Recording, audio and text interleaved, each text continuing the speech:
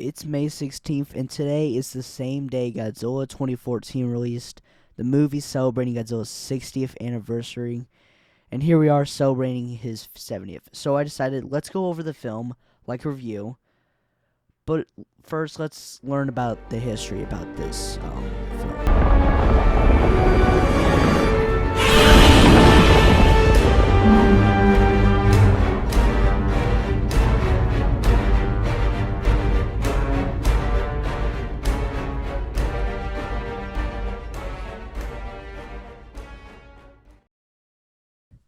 In Comic-Con 2010, it was announced that Gareth Edwards was making an upcoming American Godzilla movie with Legendary.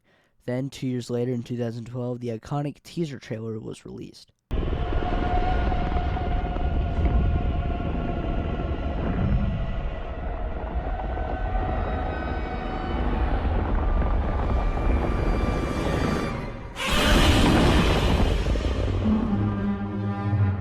Then the release date for the film was announced on September 13th, 2012 for a release date of May 16th, 2014, 10 years ago. Then the film was set to be in production by of March the following year in Vancouver, with some new rewrites from Iron Man screenwriter Drew Pearce. Then on December 18th, 2012, we got a teaser photo for the film. Then for the next year, Legendary would post multiple pictures of them filming sites. Then on December 10th, 2013, a Legendary would release the first trailer for Godzilla. Then, with a few more trailers releasing up to the film, Godzilla 2014 released in America on May 16th, 2014. It made $506 million with a budget of $160 million and got a Rotten Tomatoes score of 76%, and it was a success. Yeah. In 1999, a fictional city in Japan had a power plant malfunction, causes the city to become uninhabitable, and kills our main character, Ford's mom, and causes Dad to become addicted to trying to find out what happened that day.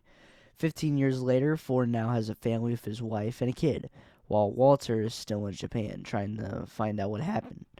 After he gets arrested again, ex-military Ford goes to Japan to bring his father back to San Francisco.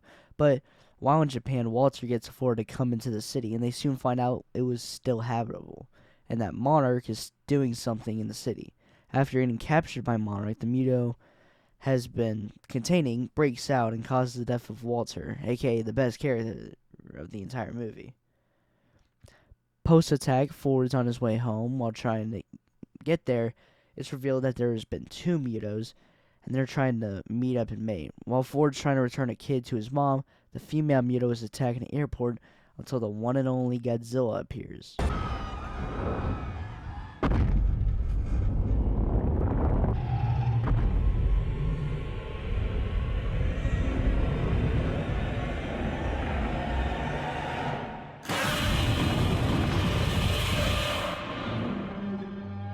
Ford continues on his journey to try and get home, but on the way he joins the military in a mission to try and stop the Titans from getting to San Francisco.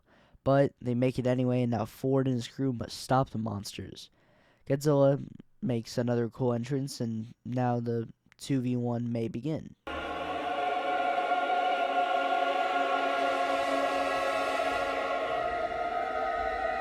As the battle between the three continue, Ford and his team do many great things, like blowing up and killing a family's kids.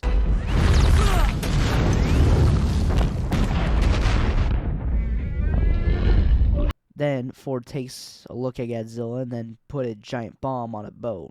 The male Muto with wings dies, and then we get a horror female Muto until Godzilla comes up and gives her the kiss of death. You know, that like really cool thing.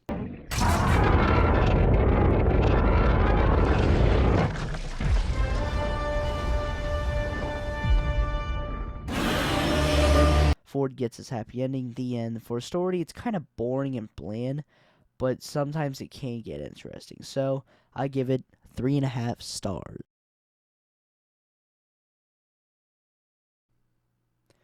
The cinematography for the film is pretty amazing, and it's done by Seamus McGarvey. The film has some amazing shots, like Godzilla leaving the city port post-battle, the skydiving scene, and much more. For cinematography, I give another 3.5 stars, as there's some shots that just don't really look as cool. There's some pretty good characters in Godzilla, like Serizawa and Joe, but then we have some pretty mid characters, like Ford, who's a generic ex-soldier, who's also that guy in that one Avengers movie. You didn't see that coming.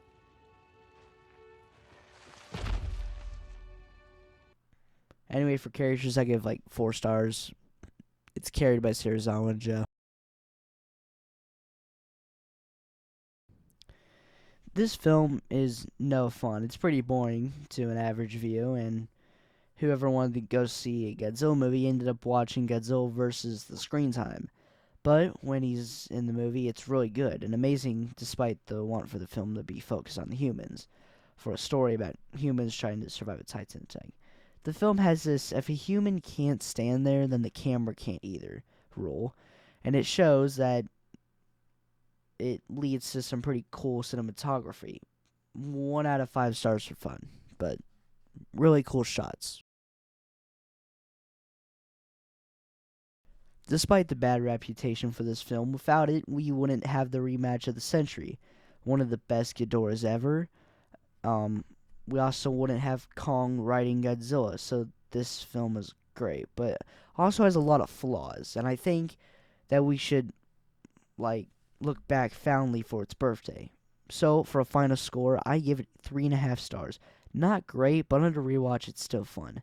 Anyway, happy birthday, Godzilla 2014, and happy birthday to MonsterVerse as a whole.